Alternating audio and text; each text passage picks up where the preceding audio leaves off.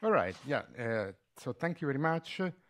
I'm very grateful to Mike and to the other organizers for inviting me at this very beautiful conference in this really amazing venue. Okay, it's been really like a good learning experience and a pleasure so far.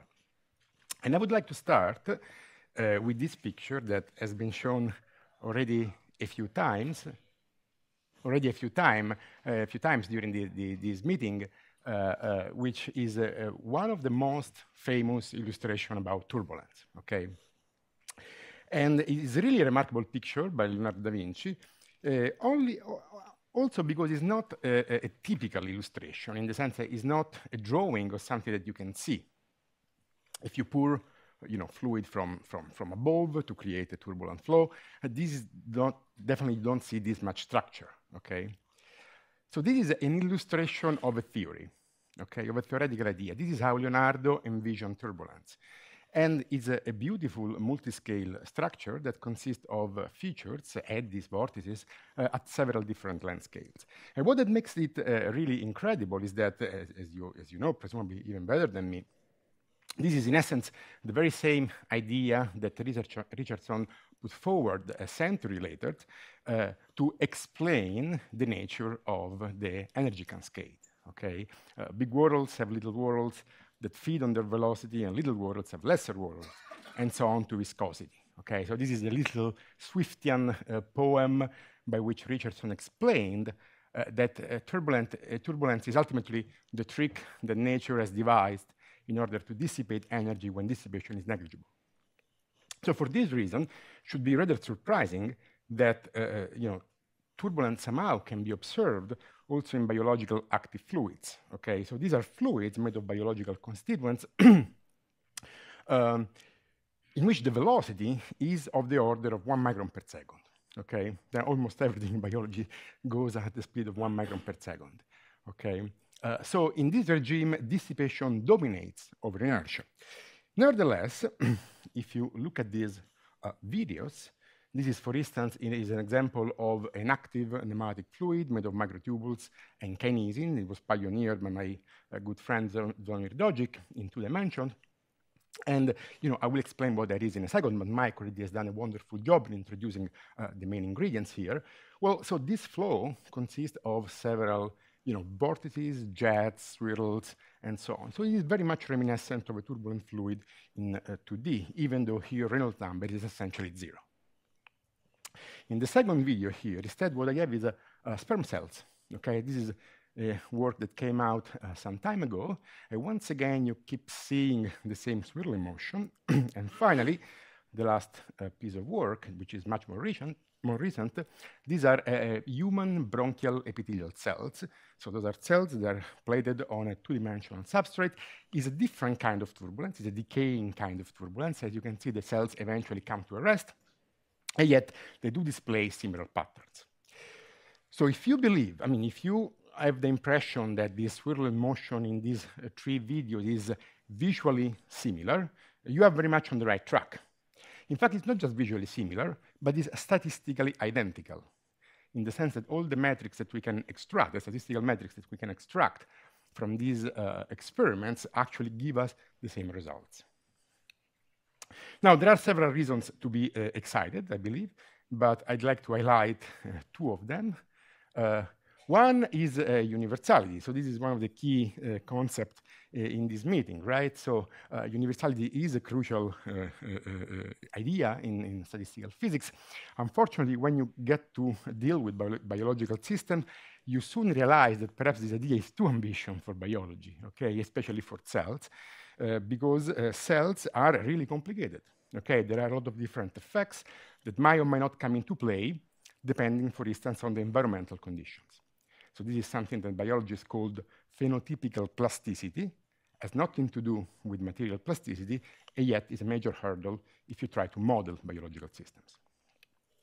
Nevertheless, in these videos, it seems that there is a notion of universality in the traditional sense, okay? Exponents that are the same and do not depend on the material parameters. The second reason to be excited, this one is very close to my heart, is that we have a hydrodynamic theory that can actually account for that. okay, that can describe this type of motion. Now, there are people in the community who have been advocating this idea for at least 1 decade, possibly more. So perhaps I should not be surprised, but I'm a bit naive, so I am surprised that you can actually describe the collective motion of cells using differential equations, okay? So all the systems that I showed so far belong in the broad category of active matter, okay, active systems. I will not go into review this again because Mike has already done a wonderful job. I will just point out that the idea of active matter in physics, at least in the physics community, started almost 25 years ago. And really the main idea was to describe motion at the macroscopic scale, collective motion at the macroscopic scale, like in animals and so on, bird, fish, etc. But that soon after, somehow the same ideas somehow managed to spread across all these landscapes. Okay, and now one of the most recent topics in the physics of active matter is really these eukaryotic cells, tissues, cell layers, which I believe are really, really interesting systems. And I'm sure that we will see like a blossoming of physics of eukaryotic cells. I also want to advertise that in 2020 it's the 25th anniversary of active matter, so there will be like some events around the world. One will be in Santa Barbara. And one will be at Leiden in the Lawrence Center. So if you want to celebrate with us, keep a look. Now, the type of systems that I showed a few slides ago are a subset of active systems, which we call active nematic liquid crystals, okay? So those, I will explain what they are in a second, but they are liquid crystals of biological origin that can be assembled in different ways from various biological constituents, cytoskeletal filaments, for instance, microtubules, acting bacteria, or also eukaryotic cells. Here is my one-slide introduction to liquid crystal for the people who are not familiar with this topic. Liquid crystals are fluids which are orientationally ordered. They are made of molecules which are elongated. These are two examples of molecules which are commonly used in studies on liquid crystals. 5Cb is literally the one that is inside your iPhone. And if you manage to zoom on a little volume element here, what you would see is that all these molecules are roughly aligned with one another, okay? Now, these molecules have a polarity in the sense that the head and the tail are clearly different from one another. Nevertheless, when they form these dense phases, they are insensitive to this polarity. So you can really think of it as a fluid made of rods, okay, which are head-tail symmetric, and they pack accordingly to their orientation. Such a mean orientation is called the director field, and is typically indicated with the letter N. Okay, I want to avoid jargon, so I'm introducing my jargon. Now, active nematic liquid crystals are somehow similar. So in this case, also if you do these little experiments, if you imagine to zoom on a little volume element, what you will see is, again, these rod-like molecules which are oriented with one another. The difference now is that these molecules are able to move. And as a consequence of this motion, these molecules will exert a stress on the boundary of a volume element. Okay, and this stress is clearly oriented as the director field, as the average orientation of these molecules. Now, this stress vector, okay, can be cast in the form of a stress tensor whose deviatoric part is given by this expression. Okay, so essentially it's proportional to the tensor product of n times itself. And here there is a number, which we call S, the nematic order parameter is a number between 0 and 1, and tells how well ordered are these rods at the scale of a single volume element. So it's a local quantity. This object has a name. This name is Q tensor, and is a common object in the physics of liquid crystals. Okay, also tensor order parameter or nematic tensor. This number here, instead, alpha, is a constant which is proportional to the force exerted by these rods, so also to the velocity of the rods and to many other things. And is the active stress, is an important quantity in this field. Sometimes we just call it the activity, okay, for short, and somehow embodies all the biochemistry of this process. We often treat it as a constant. It's not necessarily constant, but nevertheless is at least uniform. in the system. Okay, so this will be one of the main objects of this talk. Now, the hydrodynamic equations of an active nematics can be derived very much based on phenomenological principles and some common sense. Okay, for instance, the momentum density of an active nematic liquid crystal is going to obey to the classic momentum density conservation law. Okay, so Navier-Stokes, with the difference that now, in addition to the viscous stress, okay, which represents viscous dissipation, and in addition to an elastic stress, because this liquid crystal can actually store energy into the form of distortion and release it into the form of a flow, there is also this active stress, which is the quantity that John pointed out in the previous slide, which is the contribution to the stress due to the fact that the molecules are, expanding and exerting forces on their surrounding. Okay, so it's actually very simple. At least it's a simple-minded way of modeling it. Now, Q is, of course, a field, is a dynamical variable, so it also needs an equation, a hydrodynamic equation. This, in 2 dimensions, can be constructed also phenomenologically in this way. Maybe it's a bit, less beautiful than the first one. Nevertheless, it embodies simple physics. In fact, it embodies 2 different processes. One is so-called flow alignment, is the fact that if you have a liquid crystal and you shear it, the nematic director will actually reorient compared to the flow direction. This can be captured by these 3 terms. And then there is also another term that describes the relaxational dynamics of this nematic phase. Namely, there is a free energy, and the system, in the absence of any forcing, internal or external, will relax in such a way to minimize such a free energy. This free energy is named after Landau and Dejean, and is the usual Mexican hat potential, just written in terms of the equation of the tensor Q. Okay. The reason why I'm somehow flashing these equations is, William, please. Yeah. Rotates, but it doesn't do like continuous orbit. It rotates, and if you do a shear experiment, it stabilizes at a precise angle. This is called the Leslie angle. The reason I'm flashing these equations is because I don't want you to remember them, but I want to point out that there are actually two length scales, okay, embodied in these equations. One is this one. It appears inside the free energy, and is some kind of nematic persistence length, namely, it's a length scale that tells you how quickly the order parameter drops, for instance, in the neighborhood of a topological defects or a boundary layer and so on. But then there is another length scale, which is more important, that comes from the balance between the active torques, okay, exerted by this term that try to distort the system, and the elastic torques, okay, which are coming from the free energy, which instead tries to restore a uniformly aligned configuration. So there are these two effects that somehow compromise each other at a distance, which is given by this quantity LOA, and is proportional to the square root of K, which is the orientational stiffness of this nematic phase. How much do you have to, how much torque do you have to exert in order to rotate the director field divided by alpha? Okay.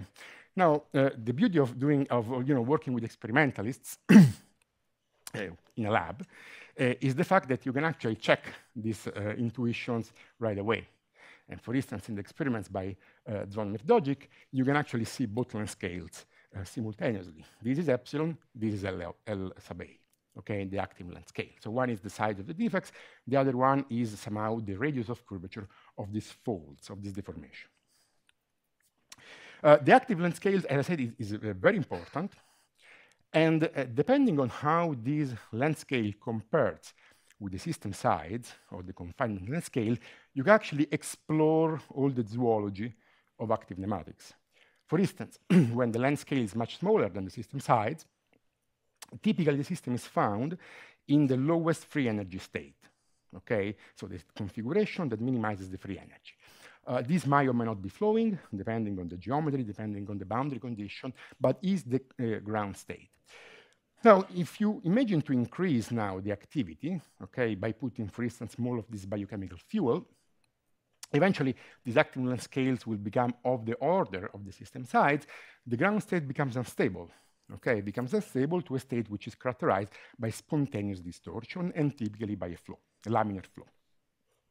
Now, if you keep cranking up the activity, also this laminar flow will become unstable to something else. And here, the situation becomes a bit system-specific, okay? It depends on the parameter, depends on the model. But for instance, it's possible to observe a periodic flow, so a transition from laminar to periodic, and eventually this periodic flow somehow degenerates into a turbulent flow, a chaotic flow, okay? I made these lines sharp because these are sharp transition. You can also calculate the transition point. This one instead seems to be something much more smooth, more like a crossover from periodic to turbulent. So the story that I will tell you is essentially in this regime, and especially when the active length scale is much smaller than the system side, but much larger than the other length scale I showed, than the sides of the defects. Okay, so there is this somehow sweet spot, which nevertheless is very interesting. Now here is somehow some simulation to show how these flows look like.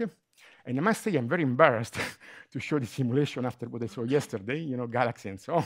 This looks very simple, but that's all I have. But here is a plot of the vorticity of the velocity field, the arrows superimposed to a heat map of the vorticity field. So, you know, red and blue are positive and negative vorticity. This instead is a common way in the physics of liquid crystal to visualize the orientation of the director. It's called a Schlieren texture, and is essentially what you would see if you put your nematic under a cross polarizer. Okay, these little dots that you might notice, blue and red, are topological defects. So are points in this configuration where the director orientation is undefined. Okay, and there are a lot of them in these chaotic turbulent flows. All right, so the first thing that one can do, I mean, first to check whether the name turbulence, active turbulence, defect turbulence is an appropriate one, is to calculate the probability distribution function of the velocity and the vorticity. And sorry, I forgot to put the labels here, but these are the x and y component of the velocity field. Everything is strictly two-dimensional here, and this is the vorticity field, okay? And as you can see, the velocity field is very much a Gaussian, okay? Whereas on the other end, the vorticity field has these prominent non-Gaussian tails. And you know, this is one of the reasons why I think turbulence is not a bad name for this type of systems, because I believe that this is exactly what you see in two-dimensional inertial turbulence. However, if we want to make progress, okay, we need to understand a little bit about the geometry, okay, of this chaotic flow. And one way to do that, maybe not the only one, is to introduce what I like to call a sure. I don't have it. I mean, I think I have it somewhere, but not on these slides. Yeah. To be honest, now I don't remember. Yeah. Also because I mean I'm more familiar with the statistics of the velocity gradients in three-dimensional turbulence, and in 2D turbulence, I actually am not sure.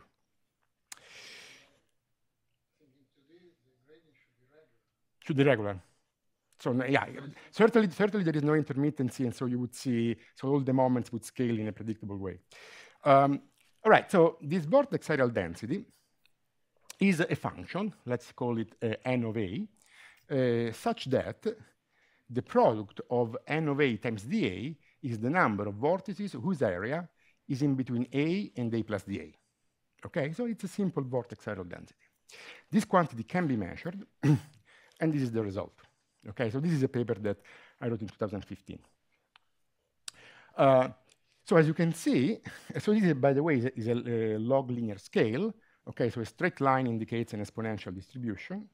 So there is indeed a range of scales where this density is exponentially distributed as the following functional form. Okay, now in this expression, capital N is the total number of vortices, which is not a conserved quantity, and Z instead is just an integration constant. This is just a bit of terminology. But more importantly, this exponential distribution identifies two area scales, okay, two peculiar areas, which are indeed the minimal area here when the distribution stops being exponential, and the typical slope of this exponential line, which I call A star. Okay. Now, remember what I told you earlier. Okay, so we have these two different areas, and we want to link them with the parameters of the model. Because there is a single important length scale in the problem in this range, I mean, far away from the defect core, well, then it's most reasonable to assume that both these areas are roughly similar and proportional to the squared active length scale, so the ratio between these two constants. Okay, so this is just dimensional analysis, really. How about vorticity? Okay, these vortices also have a vorticity. Now, if you look at the equation, especially if you cast the equations in terms of vorticity rather than velocity, then you immediately realize that the rate at which this active stress is injecting vorticity into the flow is given by the ratio between these two constants, alpha divided by eta, eta being the shear viscosity. Okay. Now, interestingly enough, this quantity is independent on the vortex area. Okay, at least if you do this back-of-the-envelope calculation. So the simple picture which is kind of emerging from this numerical data is that perhaps we can think of a turbulent flow in active nematics as some kind of collection of vortices, okay, spanning a number of scales, but whose average area is proportional to the squared active length scale, and whose vorticity is proportional to the ratio between the activity divided by the shear viscosity. Okay, so this is somehow the picture that one can try to infer by looking at this data. In two-dimensional turbulence, ordinary one, you would get vortices when there is fluid that is devoid of vorticity, and then you have the next vortex, so you can make a vortex census and all this. But is that also the case in your It's a good question. No, it's not. It's not the same, actually.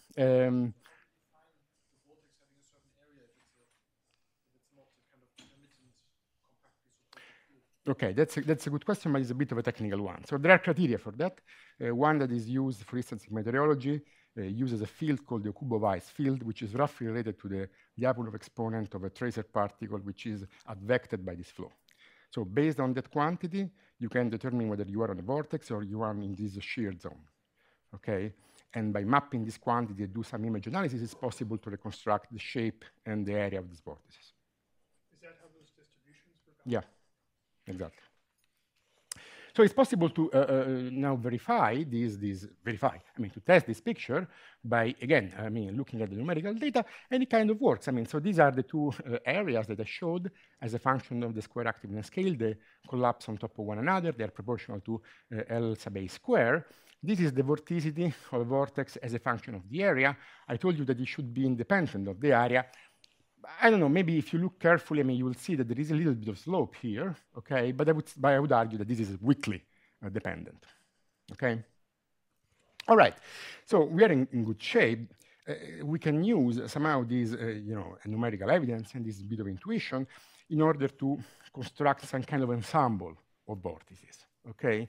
So rather than, if you want to make progress, rather than looking at the flow in the traditional way, what we can do is to imagine that such a flow consists of an ensemble of vortices whose area is exponentially distributed, whose average area is proportional to k over alpha, and whose vorticity is independent on the area, roughly proportional to alpha over the shear viscosity.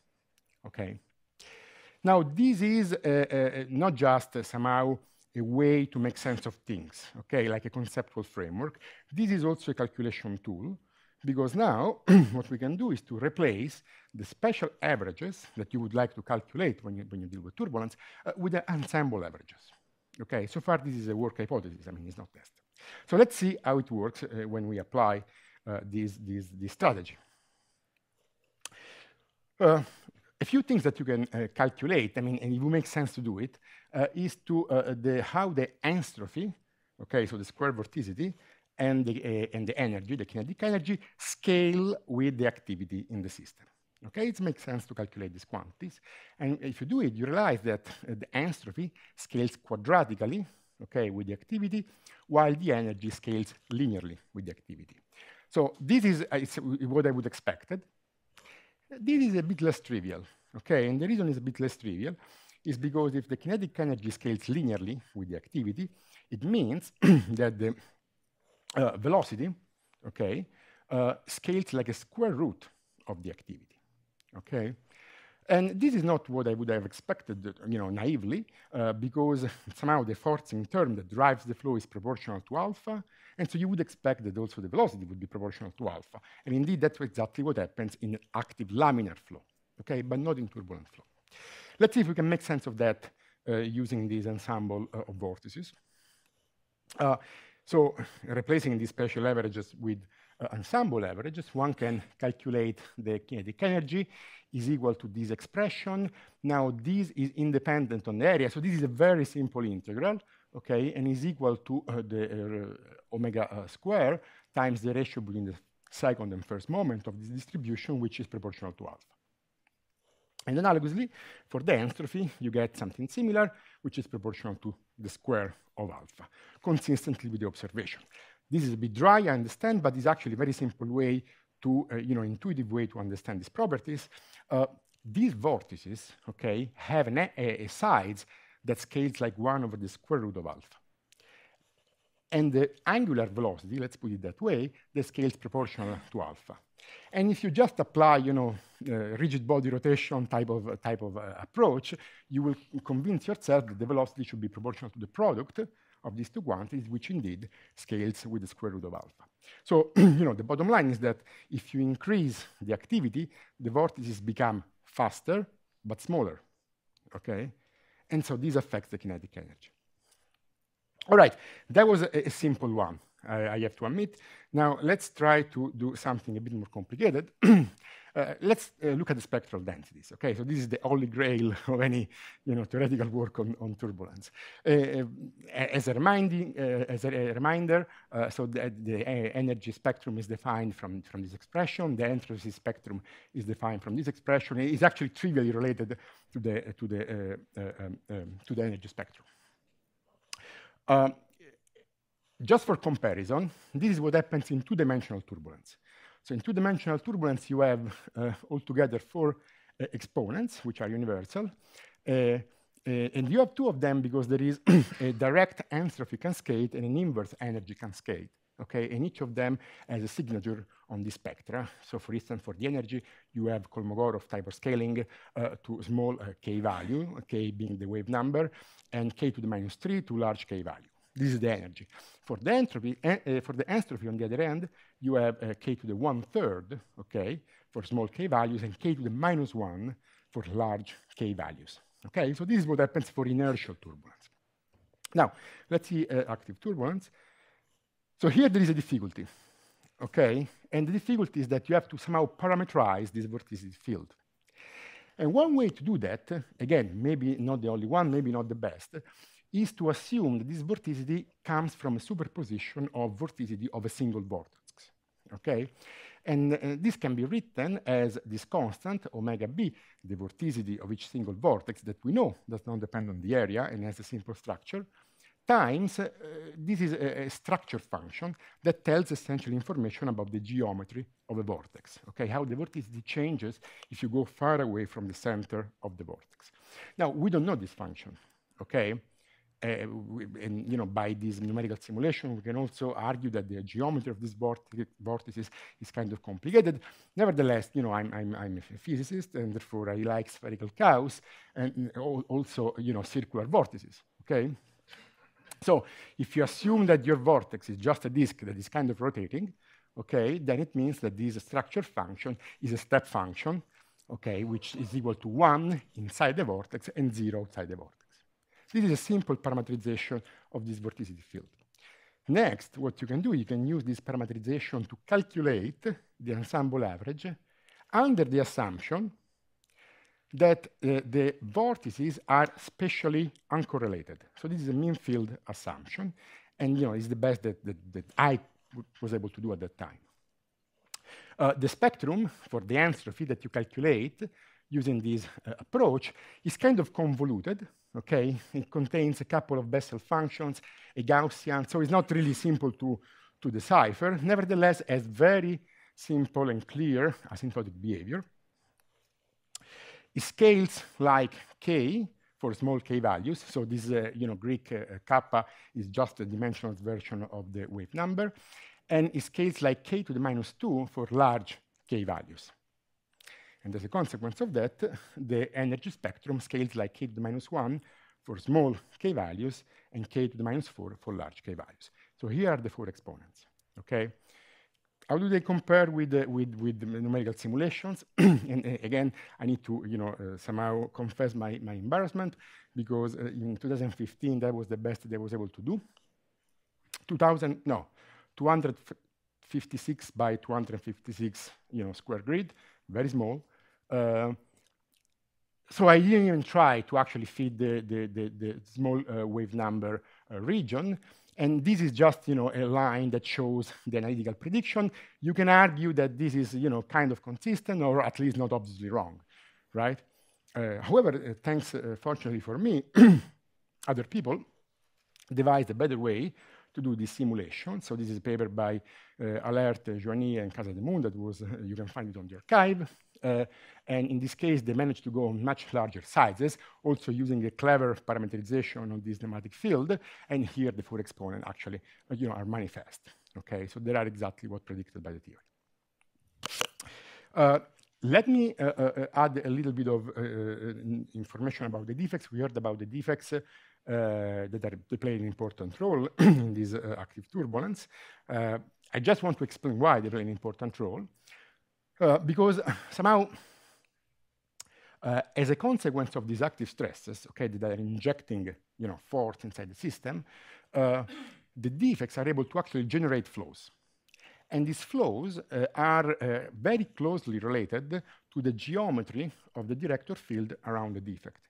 And this geometry is actually very robust, okay, because these defects are topological features, singularities in the director field. This is why we call it topological, by the way.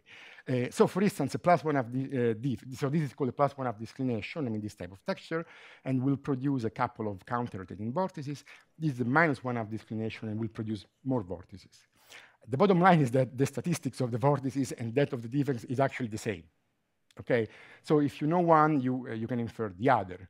Although I'm not sure that from the defects you actually can infer the vortices.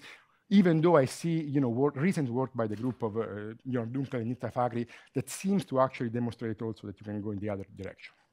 All right, so if you know that, you can actually pretty much figure out all the properties of the defects. For instance, you can see that the number of defects actually scales linearly with the activity. When I was working on this problem, this was somehow one of the open questions, how did it scale? Now, so this was somehow this theory of 2015.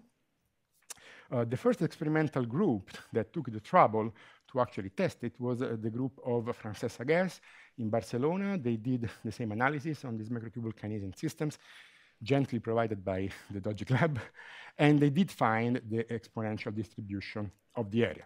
But nevertheless, they only use one value of the activity, okay?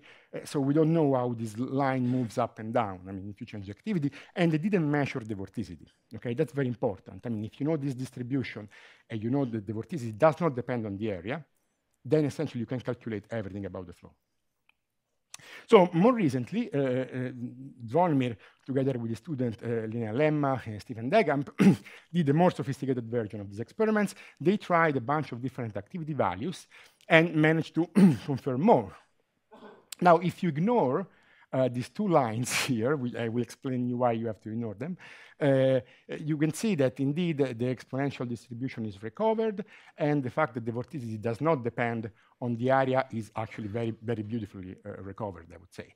Nevertheless, Zvonimir and Linnea also noticed that if you go to very small activity values, well, then the exponential distribution is not that exponential anymore, okay? And why is that? Well, there can be many different reasons. Too close to onset, for instance, or not enough statistics, or perhaps for small activity values there are other effects that come into play, okay, and break down the universality. Last but not least, this is a recent experiment of the group of Pascal Silberzan at Curie, and to my immense surprise, they managed to recover the very much same features even in epithelial cells. Okay, that's again the probability distribution function of the vortex area, and those are the vorticity for counter-rotating clockwise and counterclockwise vortices. Okay, so this seems to be really a universal feature in the traditional sense of active turbulence. I could speculate about the origin of this experiential distribution, but it's actually so simple that I won't do it. Instead, what I would like to do is to, thanks, in addition to finding agency, my experimental collaborators who are really, have done a tremendous amount of work, okay, and I'm really grateful for that, and of course, you for your attention.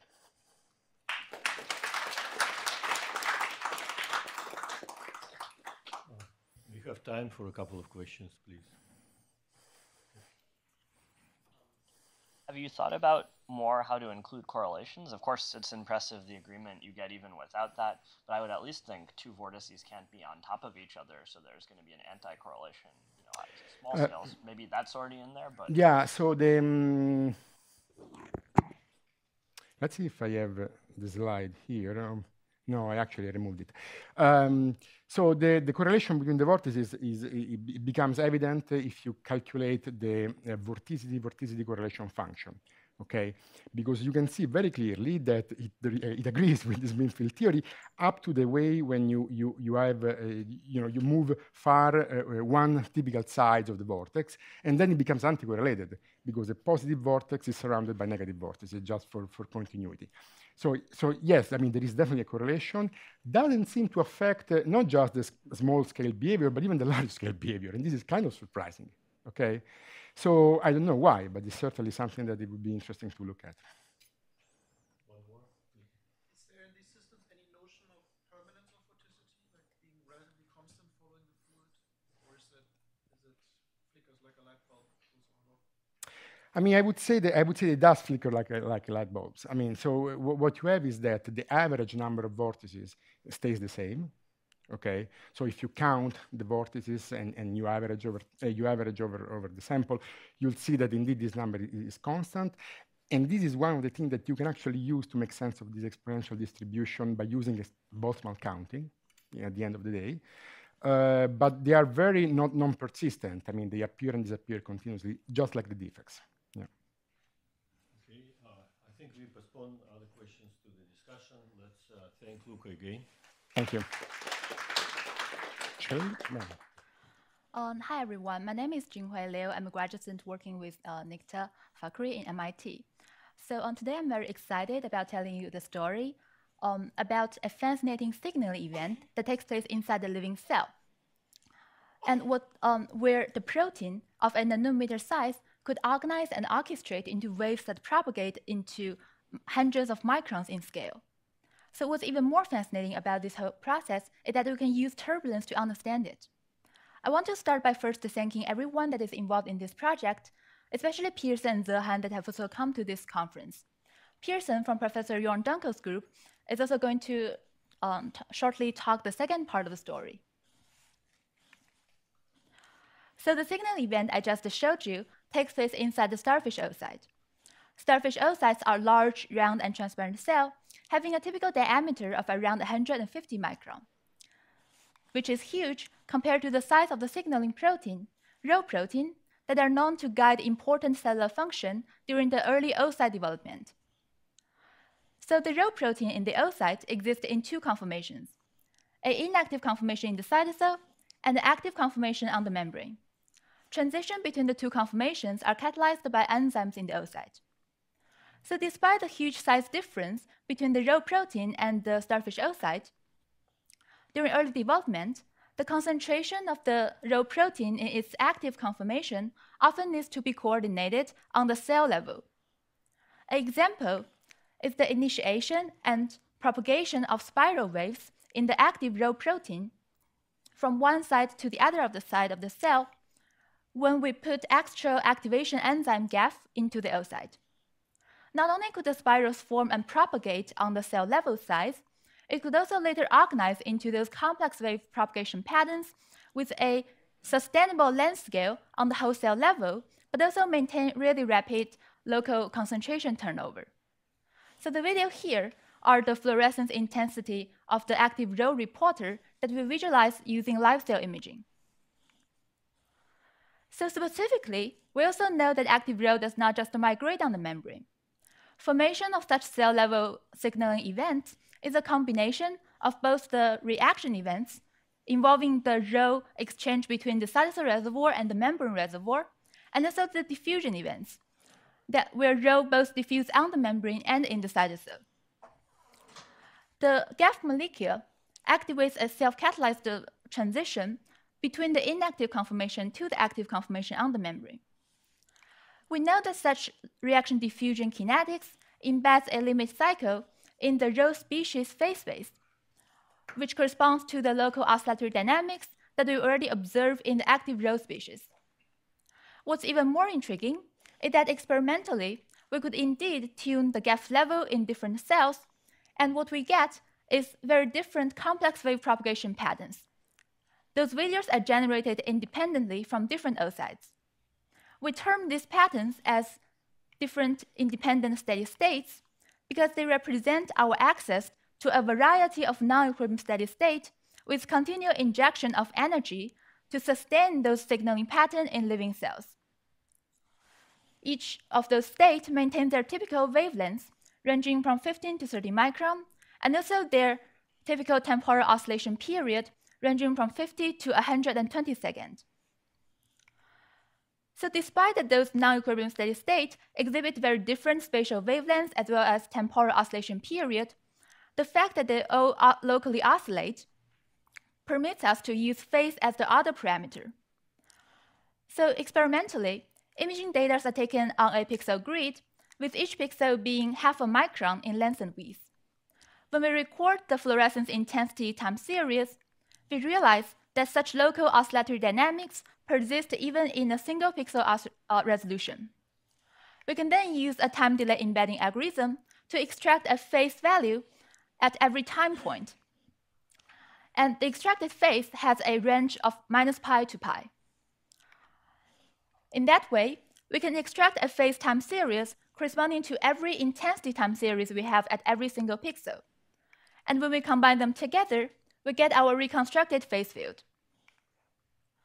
When we put the protein concentration field and the reconstructed phase field side by side together, we can see that there exists a dense collection of topological defects in the phase field, corresponding to the spiral course in the wave propagation pattern.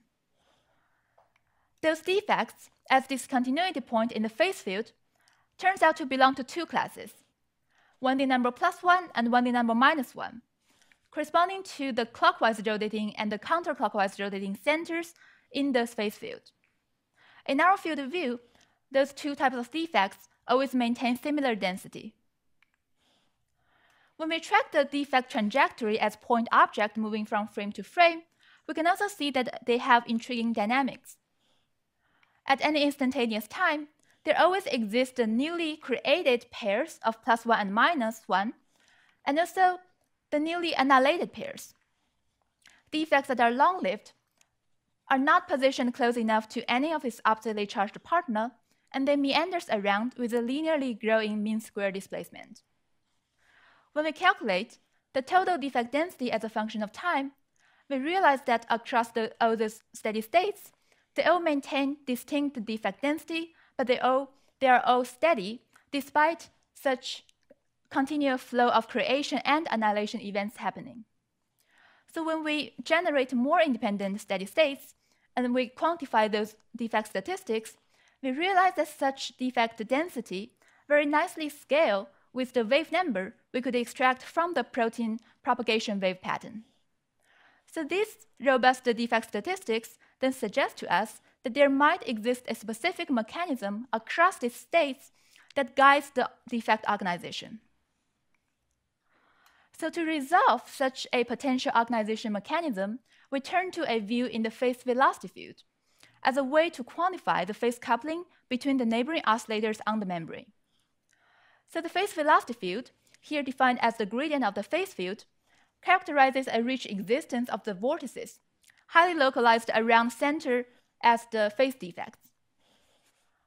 The feature that those vortices has highly localized structure and also have very similar appearance reminds us of certain vortex structures in other two-dimensional turbulence systems. For example, probably a quantum turbulence state. In fact, we can retrieve a physical interpretation of our phase velocity field by making this analogy to superfluid.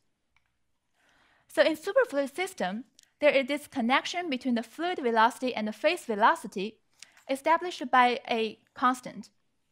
If we change that h bar over m constant by the diffusion constant of active rho protein on the membrane, then what we can simply retrieve is the fluid velocity in our protein wave system, which now corresponds to the information propagation velocity encoded in the protein concentration waves. So from that perspective, we could aim to analyze the organization of the phase velocity field with a variety of length scale analysis, and we can aim to characterize those protein wave propagation patterns as emergent state arising from the protein component interaction. So we can first start with a global characterization of the phase velocity field. Visualized here is the streamline representation of the phase velocity field and also the colored vorticity field of the phase velocity. We can see that consistent with our initial observation, the high vorticity magnitude are very tightly concentrated around those vortex centers that are similar for all the vortices on the membrane. We can first quantify as a collective statistics about the tendency of vortices to exchange partners. So at any instantaneous time, we could identify the vortex and anti-vortex pair that are closestly positioned to each other compared to all the other surrounding vortices, and determine whether such pairing are persistent over a consecutive number of frames or transient, that they change partners quickly. It turns out that the fraction of persistent dipole pairs remain uniformly rather low across all the steady states we have, which suggests to us that the vortices in the phase velocity field are characterized uniformly by a low fraction of the bound vortex-anti-vortex pairs, which is reminiscent of a disordered phase in the BKT phases. We can also measure the energy of those disordered states by defining an effective kinetic energy by taking the integral of the squared phase velocity on the two-dimensional membrane and compare for every single steady state with a measure of effective enstrophy, defined as the integral of squared vorticity on the membrane. What we realize is that across different steady states, there exists a really nice linear relationship between the two quantities. The linear relationship between the kinetic energy and the enstrophy has previously been described by Jorn in the observation and theoretical description of two-dimensional active bacterial turbulence. Then we realize that our data on the global scale has some turbulent character. When we zoom in to an intermediate length scale, we can see that the pairwise collision between vortex and anti-vortex happens from time to time and significantly affected the individual vortex motion.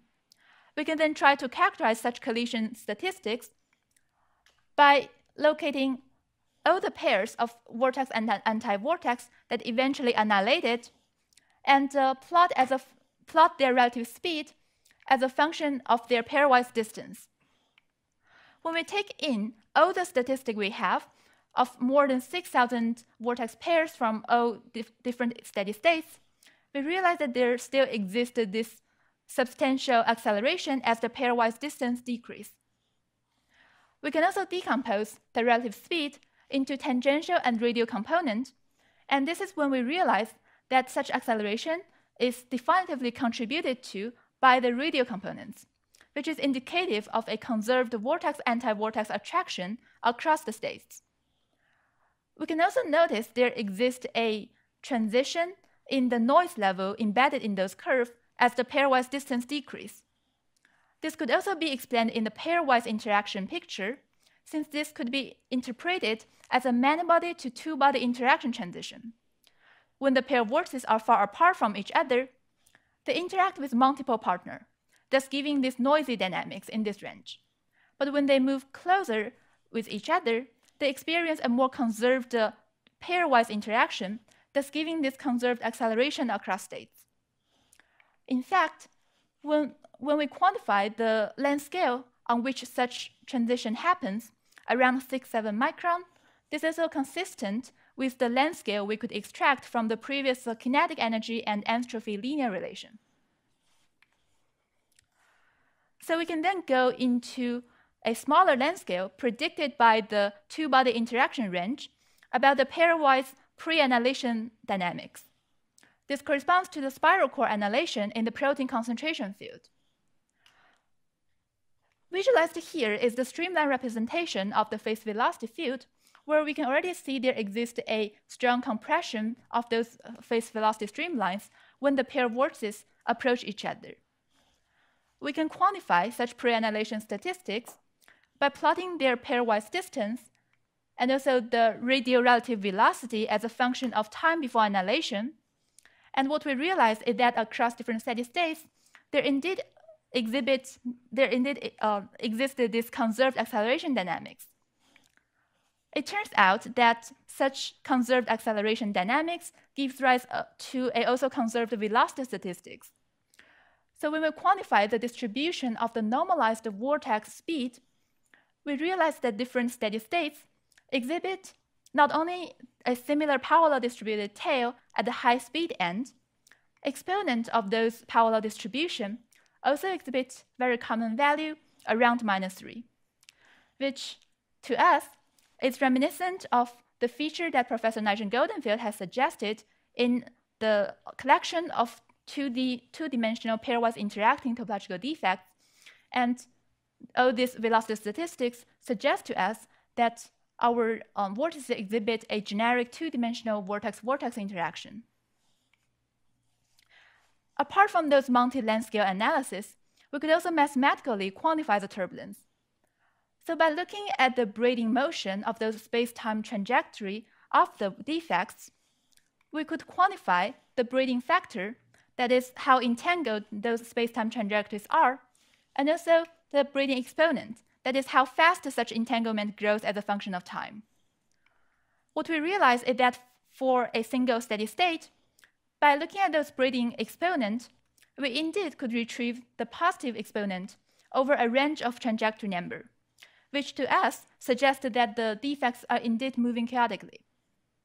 What's even more intriguing is that when we calculate such braiding exponent curve for different steady states, they have similar shape but different magnitude, which by the braiding statistics definition represents a low to high order of increasing rates of local information loss. And when we map to the protein signaling pattern, indeed, it represents a low to intermediate and then high level of local information scrambling. So the turbulence statistics could also be reflected by the vortex size. So for any single steady state, we could conveniently quantify the vortex size by constructing the Voronoi tessellation at any instantaneous time and plot their tessellation area statistics. As we mentioned before, those different steady states have very different defect density, up to 10-fold difference. So this naturally leads to a wild distribution range on the tessellation area axis. But when we try to normalize those distributions using the mean area per vortex occupied, we realize again, surprisingly, that there is this collapsing distribution that all the different steady states share, and which also features a prominent exponential decay, which again we find to be surprisingly matching with what Professor Luca Giammi just mentioned. So as a conclusion to the first part of the story, experimentally we have generated accessible non-equilibrium steady states of those signaling protein waves. By looking in their phase velocity field, we realize that they exhibit features of statistics reminiscent of two-dimensional turbulence, including linear relation between energy and entropy, -3 scaling of velocity distribution, and also exponential decay in the vortex size distribution. We realize, as a conclusion, that we can use generic two-dimensional vortex-vortex interaction underlying those protein patterns as an interpretation. And we would also like to suggest that this is a novel approach to explore the similarity and difference between defect dynamics and information propagation. And we want to see that extended to more living and non-living systems. I think this is the end of the story. Thank you for your attention, and I'll take any questions.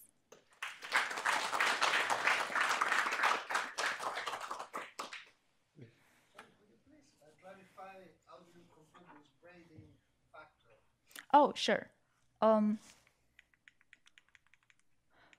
So it's basically by, okay, let me switch to here. So it's by quantifying at every time point the crossing between the long-lived defect. So you have like the trajectory group. Yes, the trajectory cross. Yes. Yes, so there is this measuring topological chaos paper.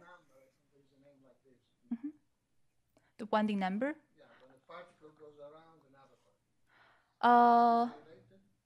Yeah, I guess we use the word winding number mostly for the topological defect charge. So I don't really want to get that confused. Here we're looking at the center of those vortices, those topological defects, and looking at the trajectory, how they cross over. Yeah. Yes, please. I just wanted to point out that your two-dimensional vortex statistics is the two-dimensional analog of what I described in my talk as three-dimensional vortex statistics. And in my case, there were circulations around the handle of the vortex structure. In your case, it's circulation around the point vortex, but in both cases, there are winding numbers which are quantized. Yes, so yes. It was very interesting to actually compare my theory in two-dimensional version with your experiment. Yeah, that'll be super interesting. Thank you for pointing that out. Have you taken a census of your critical points in your flow field? The critical points? Yeah, like hyperbolic and elliptical and saddle points. So that I think I'm not totally sure about what that refers to. Like in the it's not a hydrodynamic system. So about the criticality in the flow, we have something around criticality in terms of vortex organization, but we can talk more. I don't think that's probably what you mean. No, it's like points in the flow where the velocity is 0. Right? Oh, yeah, I see. Do you know if it follows the Euler index theorem? Have you checked that? We haven't looked at that, but I'm happy to talk more in case if I misunderstood. More questions? If not, then let's thank the speaker again. So I'll be talking about the more theoretical side of the previous study. In particular, this is a conference, we're arguably looking at universality. So I'm going to be talking about, some attempts we've made to identify universal dynamics in these turbulent vortex statistics that were just discussed. So just a brief background, since I know there are a lot of people who are not biologists at all in the room. People have been mathematically studying reaction diffusion systems in biology for about half a century now. Traditionally we go back to the great Turing, who in a seminal paper called The Chemical Basis of Morphogenesis really started looking at equations of this form and how they're really essential for any kind of spatio-temporal organization in life. Now for the last 30 or so years, people have been moving from studying these, classic pattern formation examples of Turing to what's called topological or defect-mediated turbulence, which is reaction diffusion systems that exist in a highly chaotic regime. Now, on Monday, Nigel shared some really good wisdom, I think, from Feynman about, extracting qualitative information from equations and how this is sort of the future, the next step for us theorists.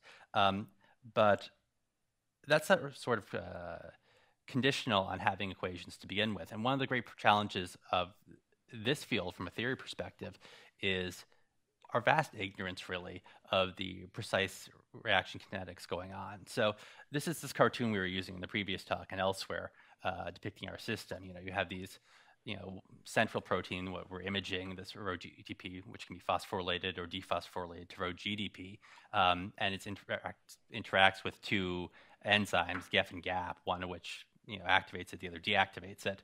But really, like all things in life, there are many other proteins simultaneously flowing through the membrane and the cytosol, and it's really not clear, one, how many proteins are actually involved in any given reaction network, and two, which proteins are interacting with which other proteins. So to highlight this, here are 4 different sketches from 4 papers published in the last couple of years, each of which was studying the same reaction diffusion system as we are.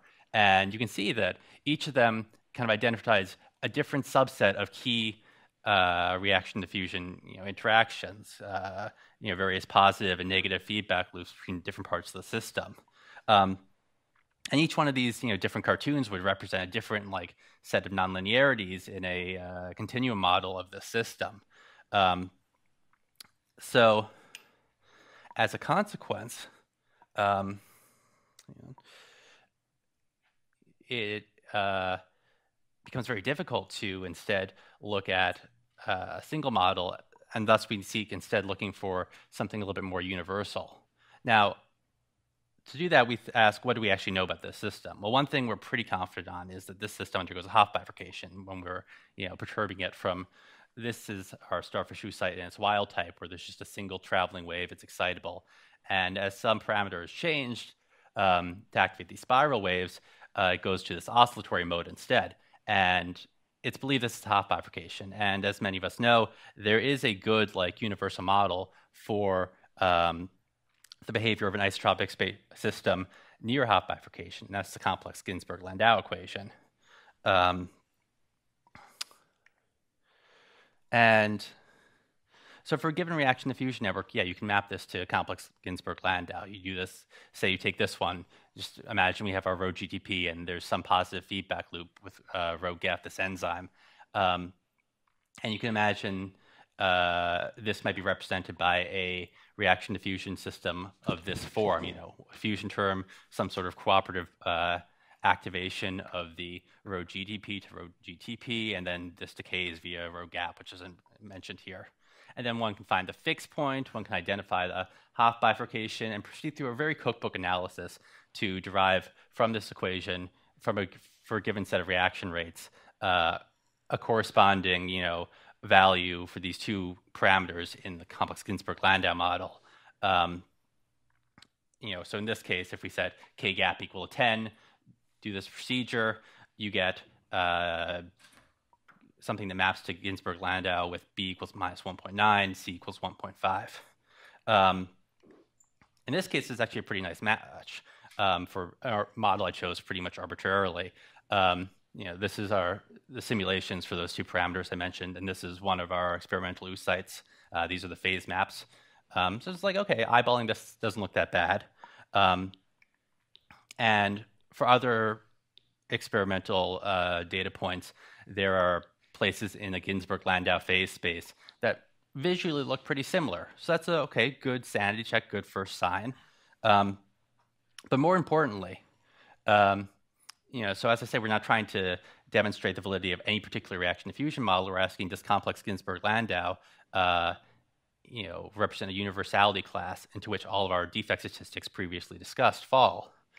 And the answer is, it's not a bad match. So here's that experimental data from before. This is the velocity scaling of our point defects.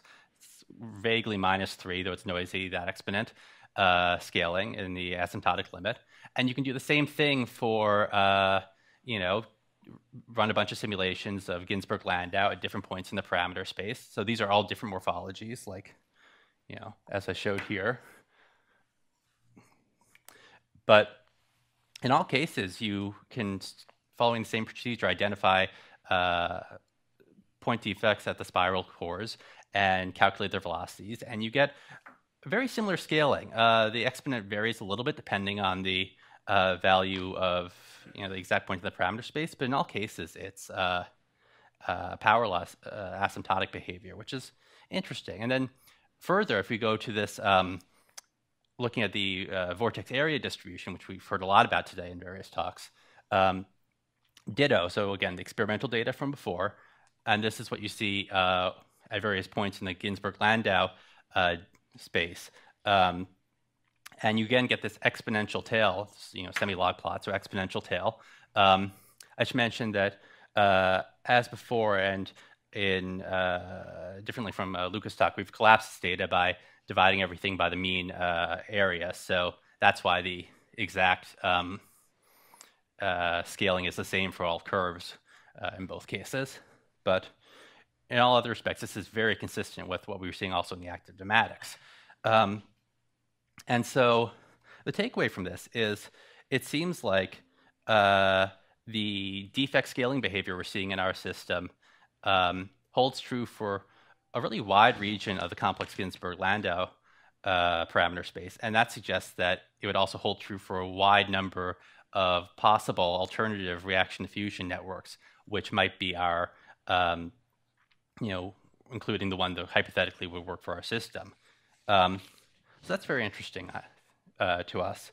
But the other question we're asking is, we're interested in these defects. We're interested in kind of the self-sufficiency of these defects as a way of explaining the dynamics of the system. So what I'd like to compare this data to is, instead of another continuum model, another universal continuum model, let's ask, are these statistics also emergent when you have just a simple system of interacting point particles? So here we have, probably the simplest interacting vortex model you can come up with, which is this one, which I believe goes back to Onsager, which where you just have defects on the surface of a sphere in this case, interacting with logarithmic potential, according to this Hamiltonian. Defects of plus or minus 1 charge, as we have in our system. And, this represents, again, probably the simplest case you can have for one of these systems, point particles interacting. There we go. And once again, you observe here very similar statistics. So again, experiments, this is the CGL results from the previous slide, and this is the results you get out of this point vortex model of interacting points on a sphere. And in all cases, you have this exponential tail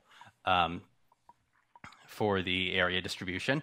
The crucial difference is there's difference in slope. Now, this is in all cases, they scale, the characteristic area is normalized out. So instead, there's some additional factor that's different in these two cases. These two are pretty close, but between the two theory models and the data. But nonetheless, the functional form is the same in all three cases.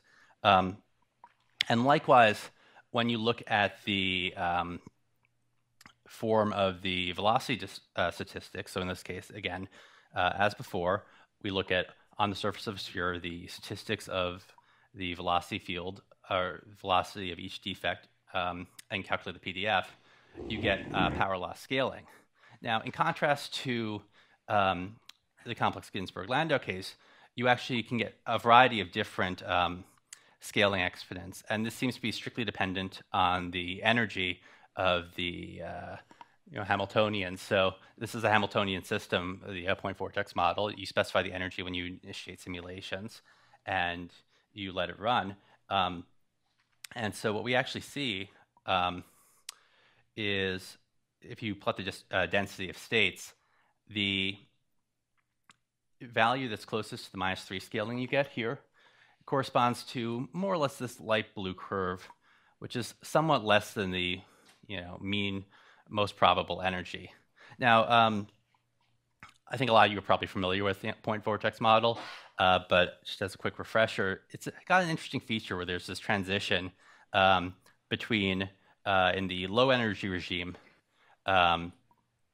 pairwise interactions and transitions.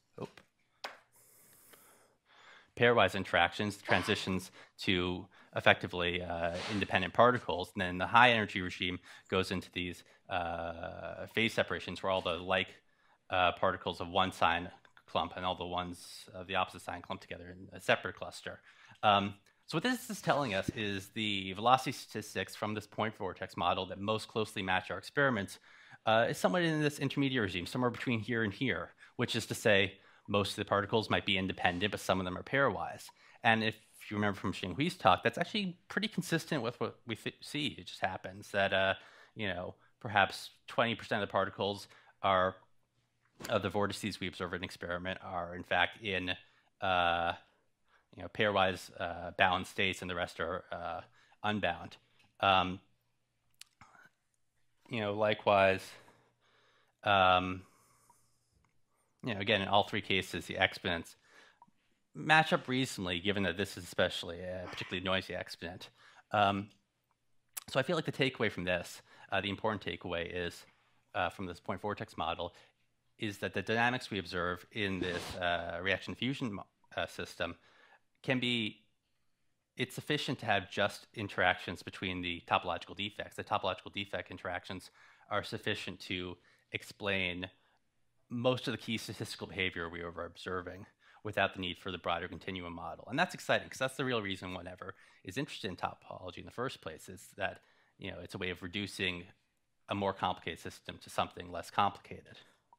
So just to summarize what I had to talk about, the vortices within reaction diffusion systems in vivo, they exhibit robust asymptotic statistics that don't depend on the specific morphology of the, you know, chemical reaction spirals that we're observing. You know, in a variety of states, they have the same statistics.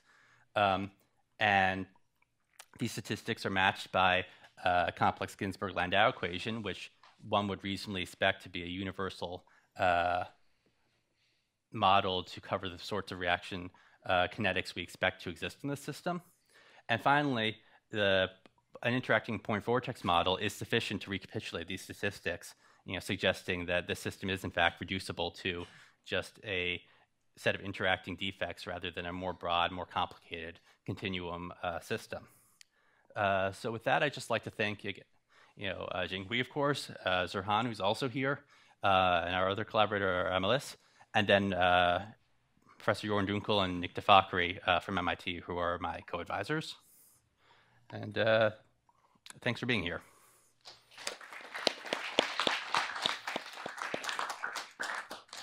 Thanks for being perfectly on time for this question. Yes, please. Yeah, so you're pointing at me, is that right? Yeah. I don't completely understand your last point, because I thought the creation and annihilation was a substantial part of the dynamics that we saw, and that won't occur in the point vortex. That's true. That's true. So obviously the point vortex model doesn't have creation and annihilation, but it does have, you know, pairing of vortices, and that's what I'm referring to. It's the fact that again, the point vortex model is sufficient. How do I go back on this? It does preserve total charge. Yes, yes. Obviously, yeah. But what it does do is it gives you the same statistics, and it also can, coincidentally perhaps, happens to you know, exist in a regime with a roughly same number of charged bound pairs. Now, I'm not criticizing. I'm just.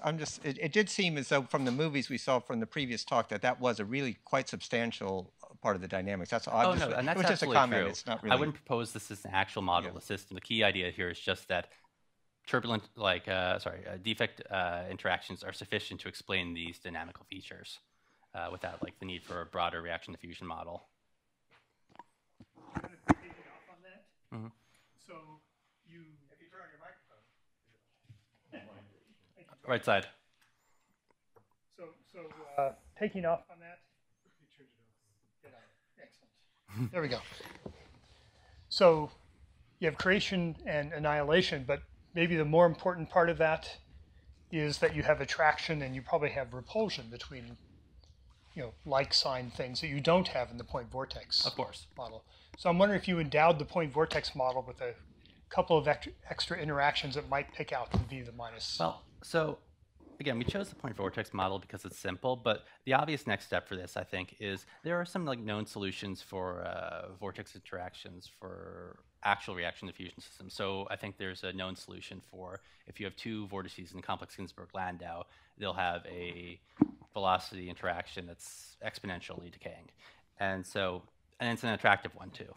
Okay. So that would be the one to try. This by itself doesn't seem that strong because you are able to go through a continuum of different scaling laws, right? And you find one which looks like v to the -3.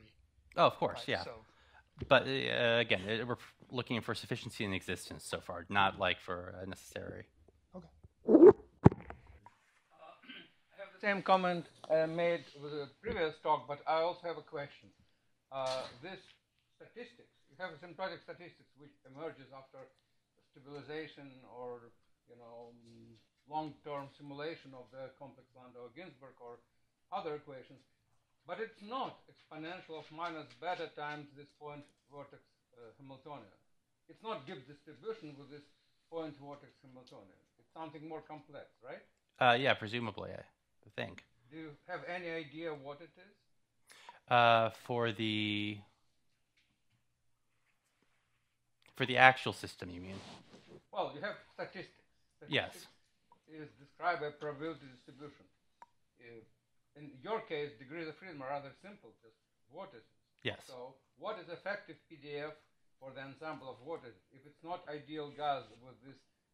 For the entire ensemble as opposed to just like the velocity statistics or something like that, we do not know the exact full ensemble. That theory is what you see there is that Onsager, this is Kirchhoff's point vortex model. Onsager did point out that there's positive and negative temperature states which correspond to the left and right Right. of the picture. If you ever couple the system as an open system to something with a positive temperature, you will always be in the regime that you sort of observe, because the negative temperature state you wouldn't be able to realize that. So the branch that you find best agreement is probably because the system is actually open, right? It can change some of it. The particle number is also not constant, so it is highly, it looks to me very consistent with the idea that you're in the positive temperature part of the Onsager.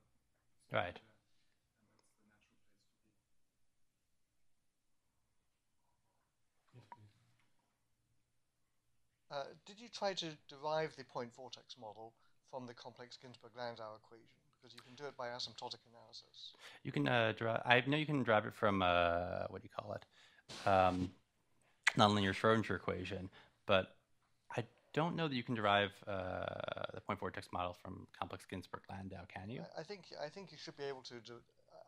I can't give you a reference for where it's. Okay, because we did try that actually. We looked into again we have this derive phase and amplitude equations from complex Ginzburg-Landau. Take the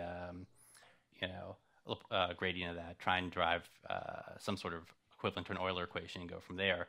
But we found there were extra terms that You have to do it by making a model of the vortices from looking at doing asymptotic matching, and then you can work out the interactions between them. Okay, we can talk about this later. Yeah. There's papers by people like Pisman and others that have done things like that.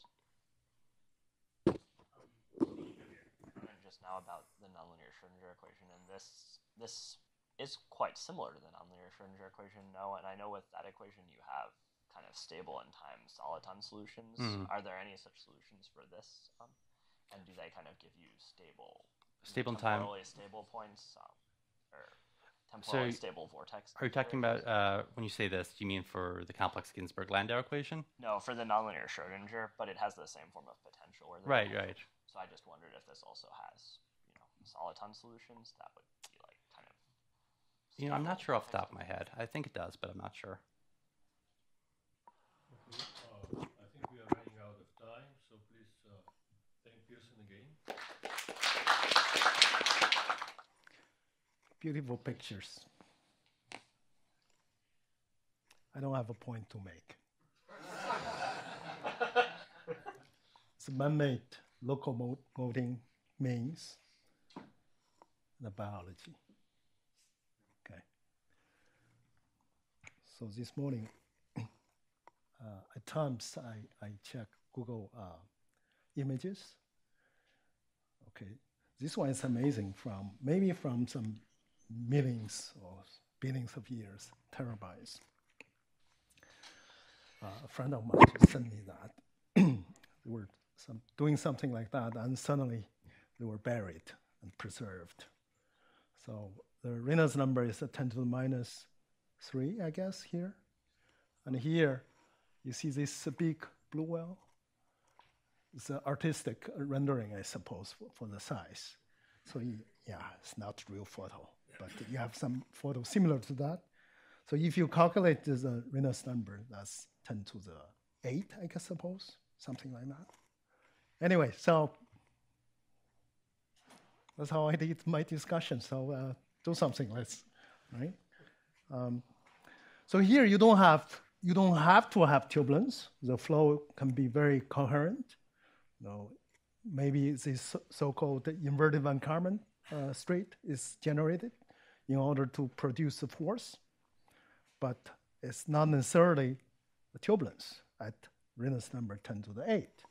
But here, when the density is high enough, even at the Reynolds number 10 to the minus 3, you can have turbulence features, like the topological turbulence we heard just now. You take 1,000 blue whales and put them all together, they will be turbulent. You have to pack them, and they become very depressed. Yeah. Right. And they will be happy, or they will be forced to be washed ashore, and they're sentimental animals. I do have a question. Yes. So maybe this is for Zonermer. For an active matter system, has there been a measurement of a cascade directly? Say from velocity data, PIV data, something like this? Like what Luca showed as a prediction from his active nematic model? I know in this microtubule-based system, it has not, my student is doing it, but there has not been a measurement. But bacteria, maybe there has been, I'm not sure. Has there been, I wonder if there's been one in a bacterial suspension. I don't know. There is the paper in 2000 I wouldn't be surprised. with DNAs. It's just that the scales are too small, and why hasn't there been a direct It could be a separation of scales issue. Yeah, so what's the difficulty? That's a bit typical question. What you find is that it's all controlled by the boundaries, right? Yeah. So really to get the bulk behavior, you need to compare, centimeter-sized fluids that, that last for a long time to proliferate, and you need to reach them. So you need to go to bulk materials that are active. I think otherwise you'll find out that you're answering against the boundary. No, but I mean, just following up, in what your Numerical company did, they have basically sort of quasi-2D system confined between plates, and I think there they do have velocity statistics and cascade and so on in that context. Rather than viewing it as dependent on the boundaries, you view it as a system without momentum conservation, but a 2D incompressible velocity field and activity, and ask what you get there, and you get something. Now, it's very different from ordinary turbulence because you're completely Stokesian, and it's really the polar order parameter that's the driver rather than the velocity field. So there you have something. Yeah. Other comments? Yeah, maybe I can make a comment about that. Luca. And I will actually use the Since I still have it. So I think we need to clarify what we mean by measuring a cascade or measuring the spectra, because one thing that you realize is that the two things are not exactly equivalent. So, for instance, in all this data that I showed you, there is clearly like a spectrum. However, this work by Jean-François Joanny, Casdemonde, and Ricardo Alert, they even managed to measure to sort of address directly the cascade to see if there is a flux that goes in whatever direction. And to my surprise, they showed that indeed the energy remains localized at the scale, at the active length scale, which is somehow the scale of injection. So They use a specific parameterization in which essentially the nematic texture has no defects. So that's a way to speed things up. And so to me, it's unclear whether this peculiar feature is actually creating this localization as an artifact or not. Because naively I would have thought that when you have a complex fluid, somehow energy can actually be transferred from one field to another. I mean, there is not just the velocity field, right? So it can go from the structure to the velocity, perhaps back to the flow in some funny way. But I think this is very interesting, and so far it seems that there is a little bit of evidence that this is not happening. But I don't know how much unbiased is this approach. Please. Yeah.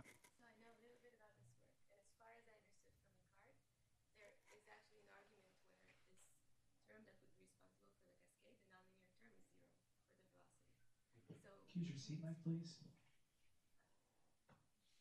So I'm not an expert on this, but from what I understand from their work, from what I heard, is that they actually can show that this nonlinear term that would be responsible for the cascade should be zero by symmetries.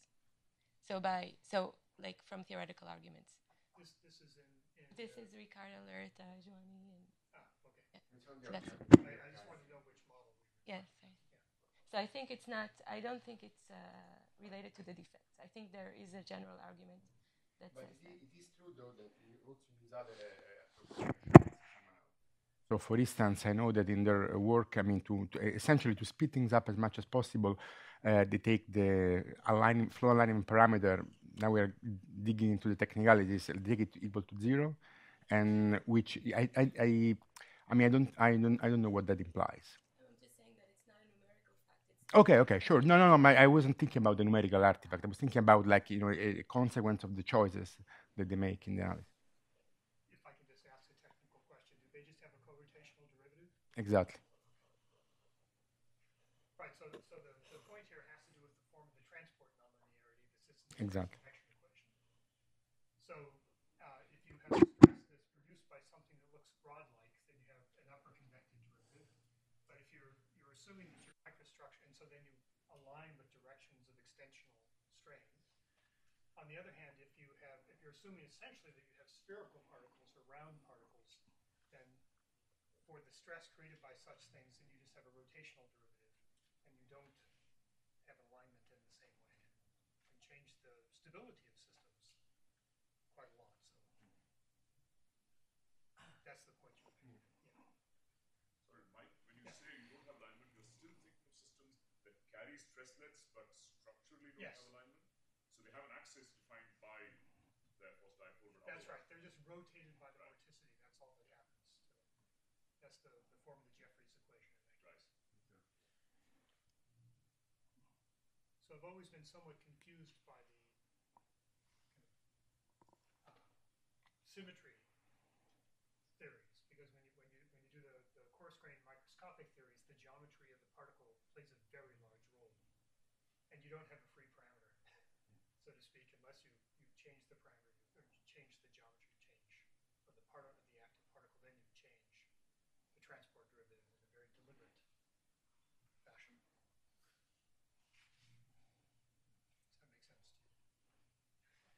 So, sorry, just to see if a non-expert followed that, did you mean in the first case with the upper derivative that when the particles do have some preferred axis, that you get more potential for alignment, basically? Yes, that's exactly right. So imagine you just take a rod-like thing that's in a straining flow. It will line up with the direction of maximal strain.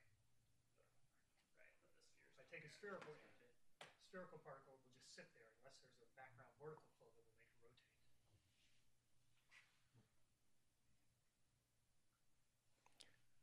I have a question for our program for this conference.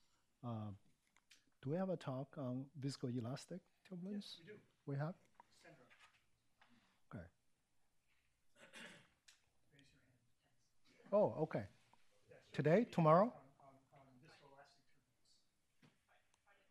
turbulence. Friday morning. Okay. So we have very good coverage. Excellent. Reynolds number around small. Right. 10 to the minus 4. Okay. even below these guys. Okay. Okay. Right. Yes. Sorry, I have a question as an outsider. When you talk about turbulence, I mean, in the conventional turbulence, let's say that there are many turbulent seas. The mechanism for the cascade is quite obvious. It's a nonlinear term. And my question is, in all of these beautiful models that you have presented, where are, in fact, the nonlinear terms that could replace the standard inertial term? Because, I mean, if the question is where does the cascade come from, you have to identify the mathematical terms which are responsible for that.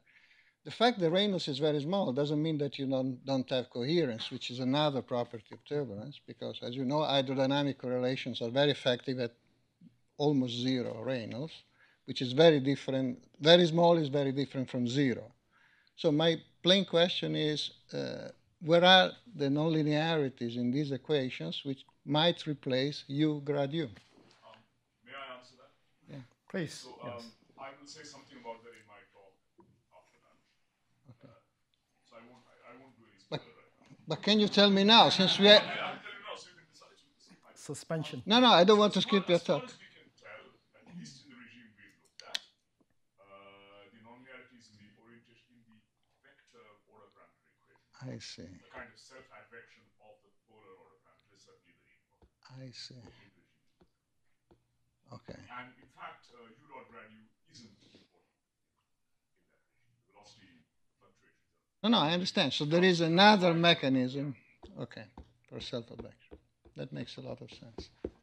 Thank you. Oliver? In Luca's language, it was the advection nonlinearity in the Q tensor advection of the stress. Also has a convective nonlinearity. And why would that be? There's interesting differences between the polar and the apolar case. Okay, but why would this term be significant while standard inertia would be silent? If it is because it's a different advection velocity then? Yeah, no, but in this case is the structure, is the configuration of the nematics that is actually advected. So it's not the velocity. Yeah. In fact, in all my simulation, I actually set the convective derivative of the velocity to 0, precisely because I want to achieve 0 Reynolds number. I see.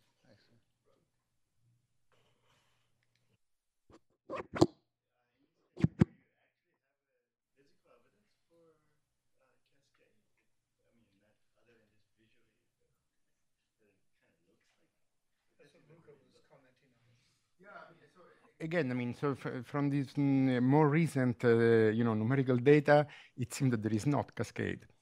But I don't fully understand all the details. But one thing that we can propose, I mean, so they have a method actually to see how energy is localized across scales and how it fluxes. And so perhaps our friends experimentalists in the back of the room can actually use the same method on their experiments, and they will tell us. I mean, so far, one thing that I realize is that, to my great surprise, that these equations work extremely well. I mean, surprisingly well. And so I tend to trust them. And so, if the equation says something, probably also the experiment will say the same thing. But obviously, I mean, we need to check. Did you hear me, Zvonimir? Yes. Very good. You wanna comment on that? No? Okay. The other experimentalist, William? William, you want to add something? No? Okay. Actually, I had a question for you for your spinning particles. What is the source of this effective surface tension? Just want to make sure. I heard, I was asking somebody else, and the source of effective surface tension in your it's system. So two dipoles, if you average over a rotation, attract each other. So it's the magnetic attraction between the dipoles, and it's about the right order of magnitude. If you estimate the surface tension as an interaction energy per size of the colloid along the interface, you get about the right number. Is the order of the surface tension of water? No, it is significantly smaller. Okay. I remember this magic number 72 for water, dying per centimeter. Right? But water is it's even more than kT per molecule. Okay, really? And in our case, it's sort of maybe more than a kT, 10 or 50 kT, but per micron. So that reduces it a lot. And the kT is your random, your kinetic energy. The magnetic interaction energy, the distance of about a particle, is of the order of between 50 and 100 kT. No, you're saying kT being the thermodynamic temperature or the kinetic temperature? Oh, no, it's just if you want to compare it to a colloidal system where diffusion is important, I'm putting it in units of kT, but kT is irrelevant for us. Right, okay, that's what Oh, please. Definitely. Maybe I ask something very naive, but maybe could be interesting question. Because turbulence, if we reduce down to a system, usually should be described by a set of the dimensionless parameters. Like we talk about Reynolds number or not. But different systems have different like agitation, dissipation, interactions. Even be nice to have a little more systematic way to normalize such a way. It cracks down to a set of known or uniform dimensionless parameters. Yesterday, I mean, for past 2 or 3 days, we heard quite a few.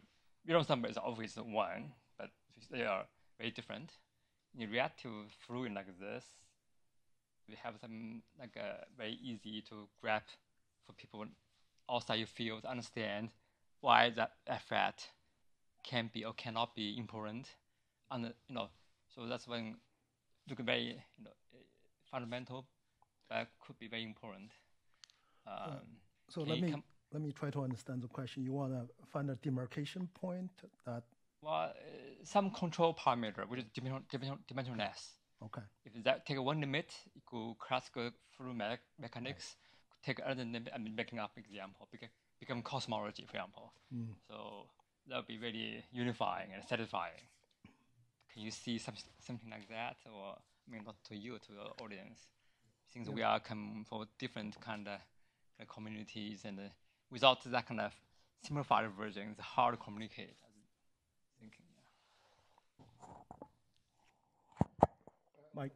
So in the literature of liquid crystals, there are these dimensionless number. I mean, a famous one is called the Ericsson number, and is the ratio between the elastic stresses essentially versus the viscous stresses, and tells you the importance of backflow. I mean, how much a distortion of the director can actually drive flow.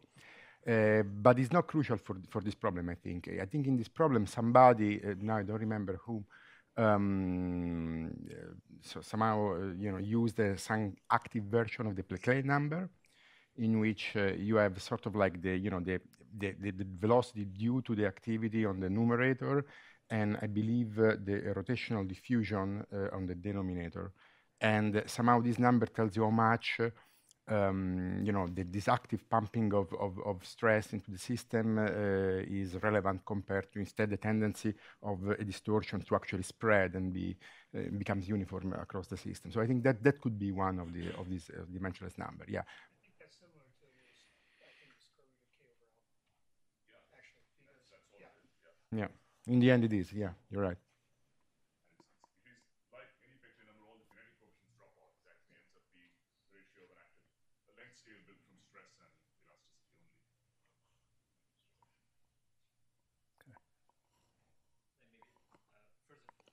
Self-organized criticality, my understanding is it doesn't have such a scale. Scale. It's scale free and everything parallel. Right. So that's another beauty that you don't have to have one if you can get away with that. But I don't know how much it can be applied. I mean, we're trying to hear. I didn't understand everything, but 14 maybe it could be self-organized critical. But is there anything here? Is like that nature that you don't have to have an dimensionless parameter control? Okay. Good question. I don't think these systems are running near the point of criticality of any sort. So one can think about something like that, but maybe unlikely for these systems, I would say. So we're hitting the point. Lunch? We're at lunchtime. Okay. Yep. Okay. Happy lunch. Yep. Thank you.